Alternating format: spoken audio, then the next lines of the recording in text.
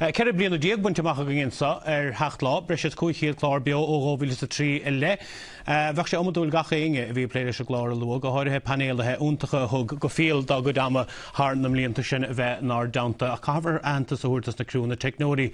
Agus na léirethirí bhí an chlár bhí sa tantó dachar ag Mihála Flynn, Seán de Brún, Tína de Cabba, Brandon O'Brien, Mihála Dóáin, Francis Nicróí, Trasa Brannach, Tomás Ó Neachtan, Nóla Níli Háin, Éman Ó Cóláin, go háirithe Deirdre ní Chostín atá pléidir an glár ón giad lá. Freisin na hagarthirí, Tomás Ó Callaigh, Bernie Ní Chaoin, Tomás Ó Síocháin, Seán Ó Cóláin, go háirithe Brandon de Lap, buchas liv fad. Bhí interna go nachad a bhling le demlíon an nuas agus chuidir go mór le nar stóran sa.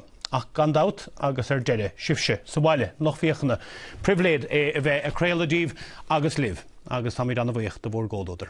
Be chlár cuasaí ratha nua sa bhór, be míad a súla na sin a chur os bhór góir. Go dtí sin, bunig í tainmhas an saoire, íheá, scudéisih sláán.